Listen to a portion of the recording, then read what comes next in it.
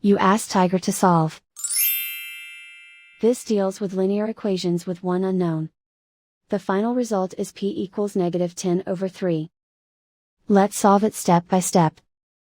Simplify the expression. Expand the parentheses. Multiply the coefficients. Simplify the arithmetic. Swap sides.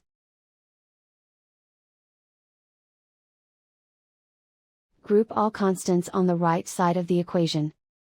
Add 12 to both sides.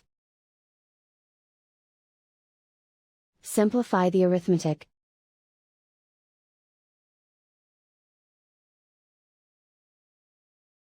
Isolate the p.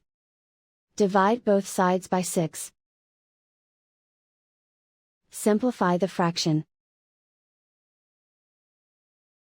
Find the greatest common factor of the numerator and denominator.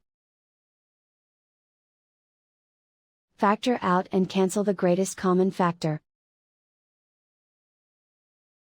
And so the final result is p equals -10/3.